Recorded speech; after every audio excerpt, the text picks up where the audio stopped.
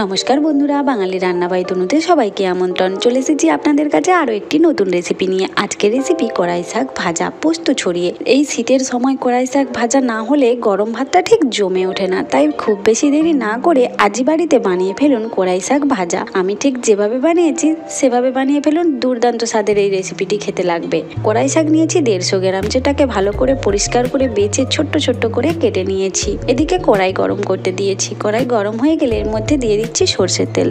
তেলটা হালকা একটু গরম হয়ে গেলে দিয়ে দেব একটা শুকনো লঙ্কাকে ছিঁড়ে ওই তেলের মধ্যে।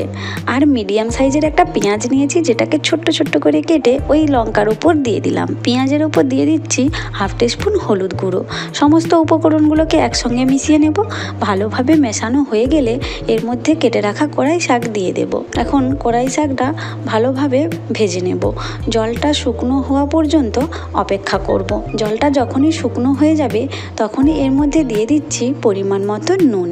নুনটা কিন্তু খুব সাবধানে দেবেন, অল্প শাক হলে তো আর দেখতে নেই। তো কড়াই শাকের জলটা একদম শুকিয়ে যাওয়া পর্যন্ত অপেক্ষা করব। দেখুন জলটা শুকনো হয়ে গেছে। এখন এর মধ্যে দিয়ে দিচ্ছি 1 টেবিল চামচ গোটা পোস্ত। পোস্তটাকে বেশ ভালোভাবে শাকের মধ্যে নেড়েচেড়ে মিশিয়ে নেব। পোস্তটা দেওয়ার পরেই একটু হালকা নেড়েচেড়ে শাক ভাজাটা নামিয়ে নেব। দেখুন দুর্দান্ত দেখতে লাগছে না? খেতে কিন্তু অসাধারণ স্বাদের লাগছে।